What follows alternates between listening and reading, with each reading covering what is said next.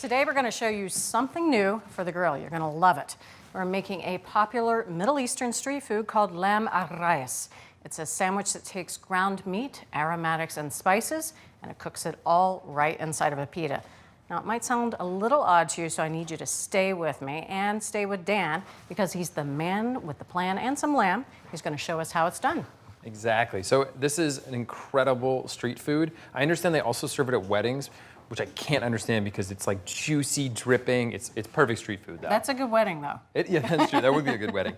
So it's really hot and juicy and crispy, and we're going to match that with something that's really cooling. A cup of full-fat Greek yogurt, and we're going to make a sauce with it. Sounds great. I have a half cup of minced mint. Tons of good flavor there. Really good flavor. 2 tablespoons of lemon juice. We're going to have a lot of fat in the sandwich. We want a lot of acidity here.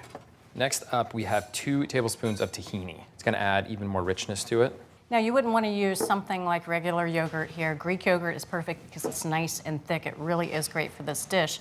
And the difference between Greek yogurt and regular yogurt is how long it's strained. So Greek yogurt is strained for a longer period of time, so more of the whey is drained away. Bye-bye whey. And then we've got 2 tablespoons of extra virgin olive oil, and finally a half teaspoon of salt. So I'm just getting a light stir going here. If we were making burgers, this would be our burger sauce. This is our special sauce here. Right. Great, so that's all set. I'm just gonna put this to the side. So we're basically making a mix between like a burger and a meatloaf here. So there's a lot of things that go into the meat. We're gonna make sure that we get the onion and a cup of cilantro really nice and fine. We're gonna use our food processor for that. This is 1 large onion cut into 1-inch pieces. So then we also have a cup of cilantro leaves. Little bits of stem in there too, and that's nice. Lots of flavor in those stems. Pop this on, and I'm gonna pulse it, probably about 12 pulses. We want it really nice and fine. All right, that looks great. That is a good smell. So let's go over here. We got that into the bowl. We're gonna build tons of flavor into this lamb. Lamb is a very flavorful meat. It's much more flavorful than beef. It can stand up to a lot of seasoning. Okay. So we're gonna use some really classic stuff from the Middle East. We're gonna start with a 1/4 cup of extra virgin olive oil. We've got a tablespoon of lemon zest. Next I have 3 tablespoons of lemon juice. So you're breaking through that lamb a little bit with the acids in A little here. bit, yep, and That's that great. oil too, so we got rich and acidity.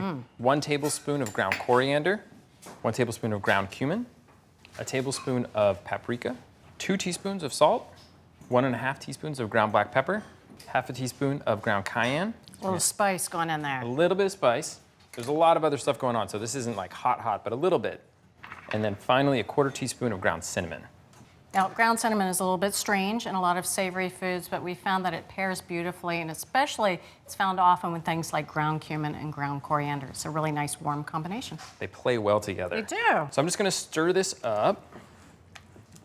Now we are ready for our lamb. So we have 2 pounds of ground lamb here. We're gonna put this in the bowl, and we're not doing this in the food processor. The more you beat that meat up, the tougher it gets. Okay. And we want this to be tender and burger-like. You wanna knead it, but you're doing it gently. You just wanna incorporate it and make it nice and evenly seasoned.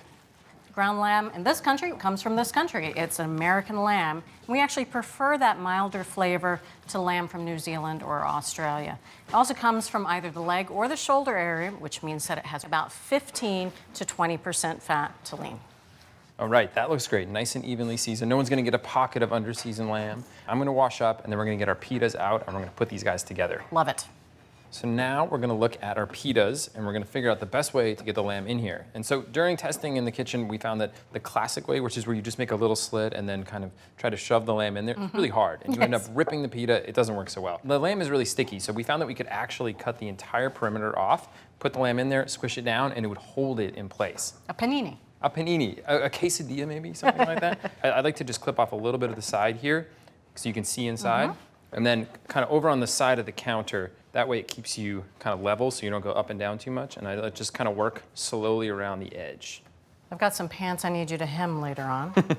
As long as they're shaped like a pita, I can do it for you. Unfortunately, they are. Okay, and then you want to carefully, sometimes it still sticks in a few places, pull it apart. So we've got our 2 halves. Usually there's 1 half that has this kind of charring on one side. It's often a little bit thinner. So we want to use that as our top, and the other one as our bottom. Okay. We're going to make 4 of them, divide it evenly, and I find it's almost like frosting a cake, where you want to start with a big mound in the middle and kind of work it out. Gotcha. That is my kind of cake. A lamb cake, right? All right, so that's about 1/4 of our mixture. So I take it out until I have about a 1/2 inch perimeter around the outside. And then I'm gonna put the top on here and kind of very evenly over this whole surface, I'm gonna press it down. And you can see this sticks really nicely, and it's a lot more sturdy now that it's all together. So that's one, and I'm just gonna keep going with the rest of these, and then it's gonna be time to grill. Sounds good. Well, if you haven't cooked a lot with lamb before, you're missing out on a unique flavor profile. Lamb meat has a rich, grassy, distinct flavor, but this lamby taste, well, it's actually more about fat than meat. Lamb fat contains a particular kind of medium-length branched-chain fatty acid, or BCFA. This is what gives lamb its specific flavor. If you're looking for a milder lamb flavor experience, well, you want to ask your butcher to remove some of the fat before grinding the meat. So our gas grill's been preheating with all the burners on high, and so now I'm gonna scrape it down, get rid of any of the stuff that's left on there from the last time we grilled. We preheated this for about 15 minutes on high heat, so we're gonna be able to scrape everything off nice and easily. We also want to oil it down. These don't have a great tendency to stick. It's not like skin on fish or something like that, but we want it to release nice and easily. We preheated the grill on high heat, but we're actually gonna do our cooking on medium high. So I'm gonna drop these down, and that temperature is really perfect. It's gonna allow us to crisp that bottom pita, cook the meat through at just the right rate. No incineration. No incineration. So if you wouldn't mind holding that for me. You bet. We're just gonna transfer them right over to the grill. That's perfect. We're gonna close this, cook them for about 7 to 10 minutes on this side. They're gonna get nice and crispy on the bottom. We'll start to render out some of that fat, and then we'll flip them over and finish the second side. I cannot wait. I smell it, Yes, pretty amazing aromas coming out of that grill. and you can see they're bubbling. They're nice and crispy on the bottom. You can see I can kind of pick it up with tongs. That's Yep. a good indicator. So what I'm gonna do is when we flip it, there's a tendency for some of that fat to come out, hit the burners and flare up. So I'm just gonna do it over a sheet pan. So kind of like this, do the flip, and then pop it down. Very smart.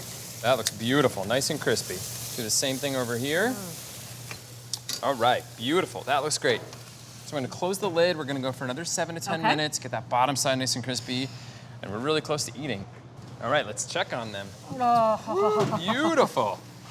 And crisped up on the bottom I there. should say so. Yes. Way beyond a quesadilla, I'd say. I would say so. All right, well this looks good, and it also sounds good. Okay, it looks amazing, and it sounds incredible. So crispy, but really the proof is in tasting. We're gonna see what's inside here. So I'm gonna cut this into quarters. I don't know if you can see inside there how juicy that is. It's beautiful. Now I gotta give you a little of the creamy, and then just for good measure, Bridget, Okay, Mom. I'm gonna give you a little bit of salad, just a little bit. It's really nice compliment to it. It is, yes, perfect. This is finger food, so Thank goodness. just go in and grab it. It's gonna get messy.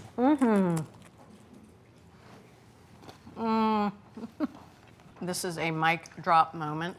We're done. Lights off, we're going home. These are incredible. So juicy. I mean, you could see all that red fat coming out because of the paprika and all that. But they're not too fatty. And that's because this bottom layer of the pita soaked it up and made it really nice and crisp. But it's like a big pita chip underneath lamb. It's so good. So if you want to make these incredible sandwiches at home, and you should, process onions and cilantro, then combine with olive oil, lemon zest, spices, and finally ground lamb. Sandwich the mixture between halved pita, grill them until crisp, and serve with a yogurt tahini sauce. So from our test kitchen to your kitchen, arrayes, or grilled pita stuffed with lamb. And you can get this recipe along with all of the recipes, tastings, and testings from this season on our website, americastestkitchen.com. Pita sandwich. Thanks for watching America's Test Kitchen. What'd you think? Well, leave a comment and let us know which recipes you're excited to make, or you can just say hello. You can find links to today's recipes and reviews in the video description. And don't forget to subscribe to our channel. See you later. I'll see you later.